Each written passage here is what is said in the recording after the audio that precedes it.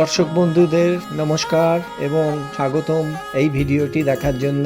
এখন চলছে বাসন্তী পূজা। বাসন্তী পূজার আজকে পঞ্চমী তিথি। বাসন্তী পূজা করে যে গৃহস্থ বাড়িতে এক চালার এই দুর্গা প্রতিমাটি তৈরি করেছেন তার ভিডিও এর আগে আমরা দিয়েছি।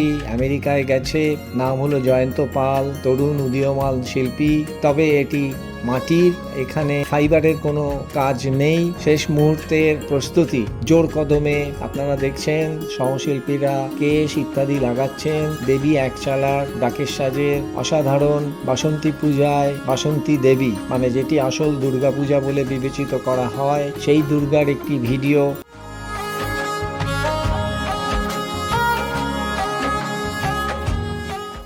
কুমোরটুলিতে যখন ঘোরা হচ্ছিল সে সময় এই দুর্গা মূর্তিটিকে দেখে জয়ন্তবাবুর সাথে কথা বলার পরে আমরা দেখলাম বাসন্তী পুজোয় আমাদের পেজে আদি অকৃত্রিম যে দুর্গা পূজা হতো আমাদের এখানে,